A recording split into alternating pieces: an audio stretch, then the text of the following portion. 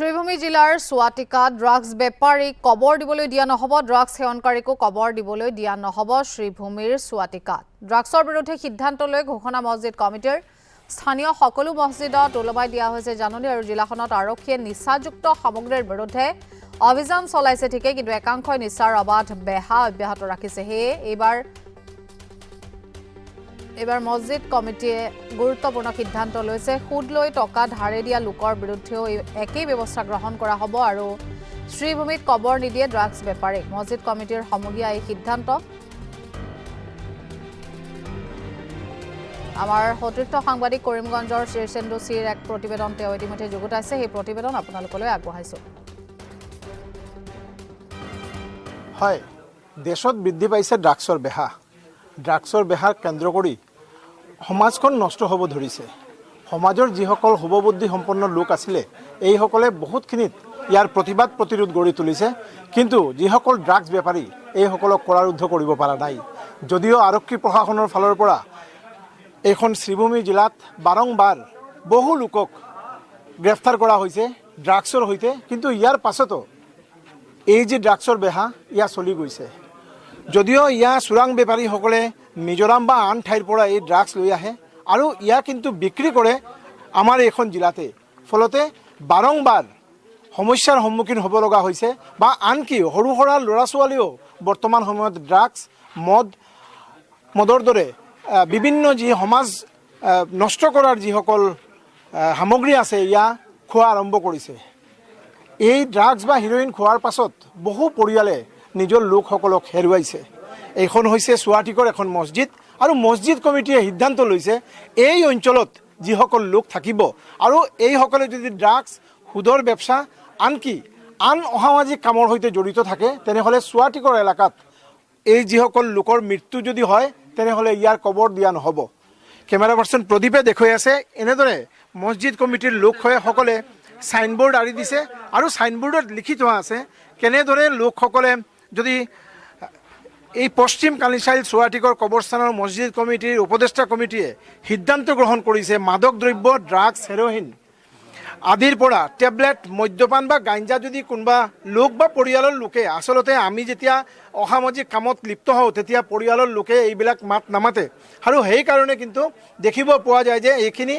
কাম চলাই যায় ফলতে পৰিয়ালৰ লোকসকলেও যদি ইয়াৰ প্ৰতিৰোধ বা প্ৰতিবাদ গঢ়ি নতুলে তেনেহ'লে এইসকল লোকক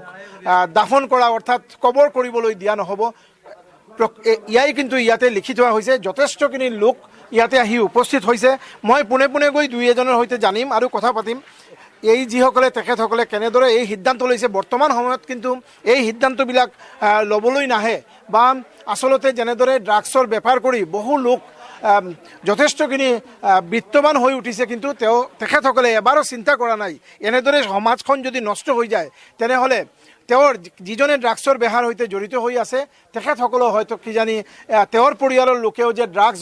সেৱন নকৰিব এয়া কিন্তু কোনেও নুই কৰিব নোৱাৰে মই পোনে গৈ দুই এজনৰ সৈতে কথা পাতিম আৰু জানিবলৈ যত্ন কৰিম কেনেদৰে ইমান এটা ডাঙৰ সিদ্ধান্ত তেখেতসকলে লৈছে কি বলবেন ড্রাগসের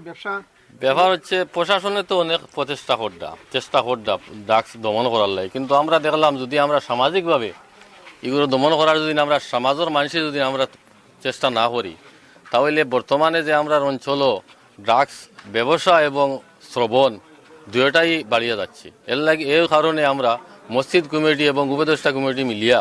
আমরা এই অঞ্চল যারা ড্রাগস ব্যবসা করব এবং শ্রবণ করব এরা যদি পরিবারের কেউ এরারে যদি এই